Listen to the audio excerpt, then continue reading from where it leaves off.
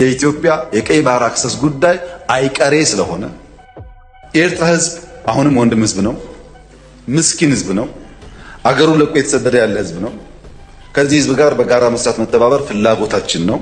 በፍጹም የውጊያ መሻት የለንም። በህጋዊና ንግግር ሊፈታ ይችላል ነው።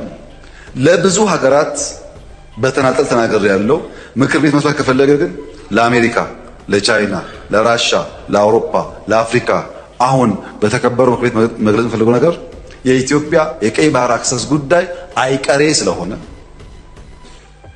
ቅድሚያ የሚሰጠው ሰላምና ንግግር ስለሆነ እባካችሁን ሸምግሉንና መፍትሄ አምጡልን። ይሄው ጥያቄያችን እኛ አሁን ሸመግልላችኋለን ሰላም ያስፈልጋል እያሉ ማዘናጋት ከሆነ ግን ብዙ መሄድ አይመስለኝም። ጉዳዩ